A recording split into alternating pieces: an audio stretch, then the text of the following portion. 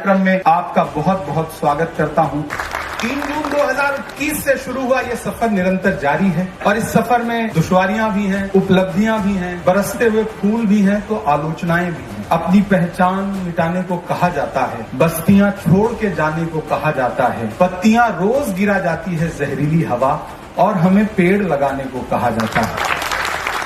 राहुल जी, इस सियासी सफर में तमाम मुश्किलों के बीच एक बात जो सबसे खूबसूरत है वो ये है, हम सब राहुल गांधी की सियासत के सिपाही हैं।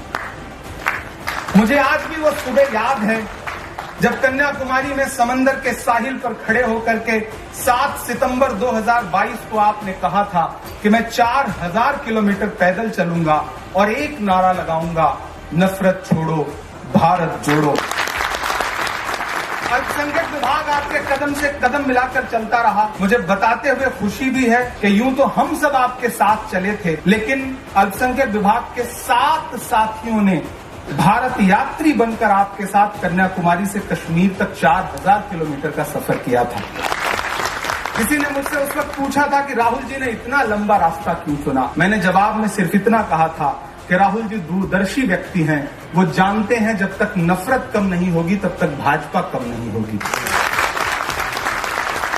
आपकी भारत जोड़ो मुहिम के तहत विभाग ने भारत जोड़ो छात्र सम्मेलन, भारत जोड़ो सेमिनार, भारत जोड़ो मुशायरा, भारत जोड़ो बुनकर सम्मेलन के जरिए 50 से ज्यादा बड़े कार्यक्रम आयोजित किए। सभी समाजों को प्रतिनिधित्व देते हुए विभाग ने सिख, बौद्ध, पारसी, जैन, ईसाई और मुस्लिम समाज को पार्टी से जोड़ने के मिशन पर लगातार काम किया है। महिलाओं को विभाग में जमीनी स्तर तक रिप्रेजेंटेशन देने के लिए हम प्रतिबद्ध हैं। आपने जब भारत जोड़ो न्याय यात्रा शुरू की थी तो आपकी उस मुहिम से प्रभावित होकर विभाग के साथियों ने कोषाध्यक्ष अजय माकन जी के आह्वान पर पाई जोड़ करके एक दिन में एक साथ 1 करोड़ रुपए डोनेट करने का काम भी किया था।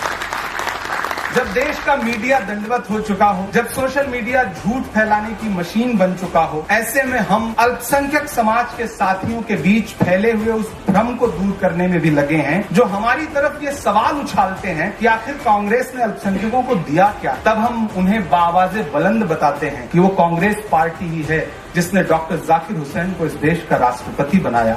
वो कांग्रेस पार्टी ही है जिसने फखरुद्दीन अली अहमद साहब को इस देश का राष्ट्रपति बनाया। वो कांग्रेस पार्टी ही है जिसने ज्ञानी जैल सिंह साहब को इस देश का राष्ट्रपति बनाया। वो कांग्रेस पार्टी ही है जिसने बंटवारे के बाद चारों तरफ जब लहूलुहान मंजर था तब पंडित नेहरू आगे बढ़ते हैं और मौलाना आजाद को अपने सीने से लगाते हैं और इस देश का पहला शिक्षा मंत्री बनाते हैं। वो कांग्रेस पार्टी है जिसने रफी अहमद किदवई साहब को देश का कृषि मंत्री बनाया, खुर्शीद आलम साहब को विदेश मंत्री बनाया, सलमान खुर्शीद साहब को विदेश मंत्री बनाया, AK एंटोनी साहब को देश का रक्षा मंत्री बनाया, आदित्य जैन को इस देश में केंद्रीय मंत्री बनाया। वो कांग्रेस पार्टी है जिसने सैयदा अनवरा तैमूर को असम का मुख्यमंत्री बनाया। वो कांग्रेस पार्टी है जिसने अब्दुल गफूर साहब को बिहार का मुख्यमंत्री बनाया, बरकतुल्लाह साहब को राजस्थान का मुख्यमंत्री बनाया, गुलाम नबी आजाद को कश्मीर का मुख्यमंत्री बनाया, अब्दुल रहमान अंतुले साहब को महाराष्ट्र का मुख्यमंत्री बनाया और ओमान चंडी साहब को केरला का मुख्यमंत्री बनाया। वो कांग्रेस पार्टी ही है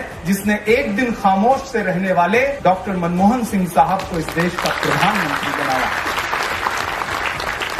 इस दौर की सबसे मुश्किल लड़ाई लड़ रहे हैं। इस लड़ाई का अंजाम चाहे जो हो, लेकिन आने वाली नस्लें जब हमसे पूछेंगी कि जब देश फासिस्ट ताकतों से जमहूरियत और संविधान को बचाने की लड़ाई लड़ रहा था तब तुम लोग कहां थे, तब मैं फख्र से कहूंगा कि हम डरे नहीं थे, हम झुके नहीं थे, हम रुके नहीं थे, हम बिके नहीं थे, बल्कि इस सदी के दूसरे गांधी राहुल गांधी के साथ आगे बढ़ रहे थे, लड़ रहे थे।